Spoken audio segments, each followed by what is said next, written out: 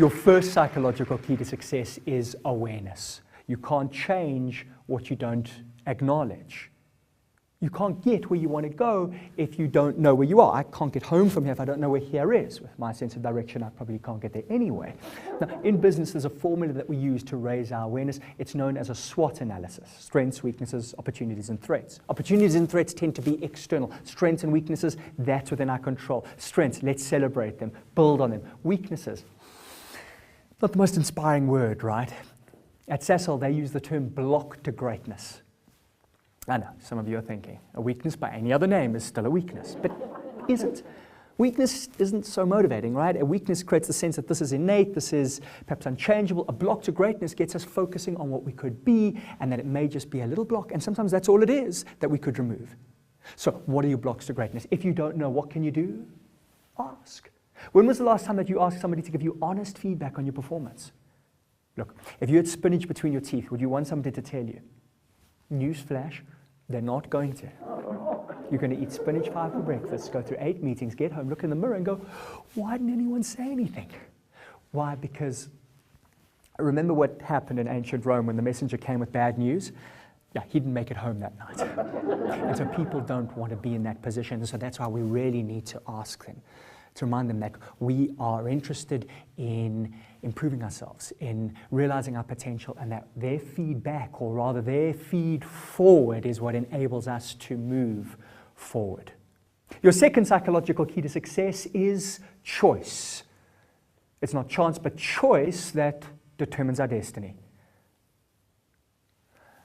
Most of us don't exercise that power of choice. We react impulsively to what others say or do. They snub us, we bear a grudge. They insult us, we insult them back. This is natural, but cyanide is also natural.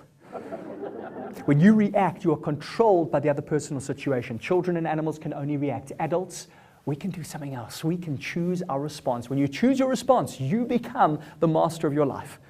But what happens if something happens that you did not choose? Yeah. You come down with a disease, a car bashes into you. There's a recession. We didn't choose those things, did we? No. We don't always choose what happens to us, but we can always choose our response. This is the meaning of the word responsibility. It is the ability to respond. As long as we are alive, we have that ability. Unfortunately, even when we directly cause a situation that doesn't go to plan, the last thing that we want to do is take responsibility, right? To err is human, to blame is more so. And so what do? We create reasons. It's because I got bad luck, defective genes, clueless. I know what it was. I wasn't breastfed as a child.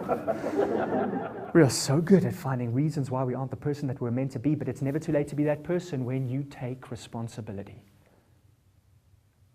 Your third psychological key to success is thought. There are two main ways that human beings tend to think about anything that happens. We can take a negative, pessimistic view, or we can take a positive, optimistic view. Research tells us that optimists are happier, they're healthier, they tend to be more successful on just about every measure. And it all comes down to how we think about what happens. You see, thoughts are not reality. Thoughts are just an interpretation of reality. Shakespeare's Hamlet, there's nothing either good or bad, but thinking makes it so. Because when you think it's bad, you tend to become demotivated and you give up and prove that it is. And that's why you can get two people in the exact same situation, and the one soars and the other doesn't get off the floor. It's their interpretation. It's their thinking about what has happened. So I want to give you tools, two powerful tools that you can use to shift to a more optimistic frame of mind, because we all get negative. I teach this, I get negative. And that's okay, by the way. In fact, negativity often helps us to figure out that there's something wrong. We don't want to repress that. We don't want to deny that. We want to face it, but then we need to shift out of it. And this is how we do that. Helen Keller said, no pessimist ever discovered the secrets to the stars, sailed to an uncharted land, or opened a new heaven to the heart. Instead, the pessimist will tell you that things are going to get a lot worse before they get worse. The pessimist will tell you that behind every silver lining, there's a big, dark cloud. And when the pessimist gets a clean bill of health from his doctor, he's sure to go for a second opinion. The optimist is not naive. She doesn't ignore problems with herself, company, or country, but give the optimist a problem, she'll find the solution. Give the pessimist the solution, and he'll just be looking for the problem. What are you?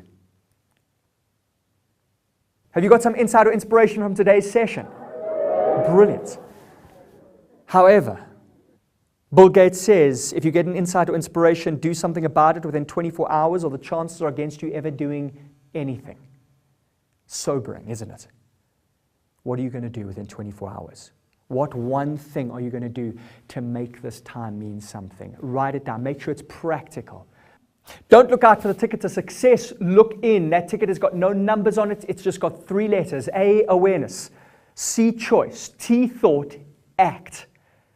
May you use that ticket to create yourselves a great destiny. Thank you.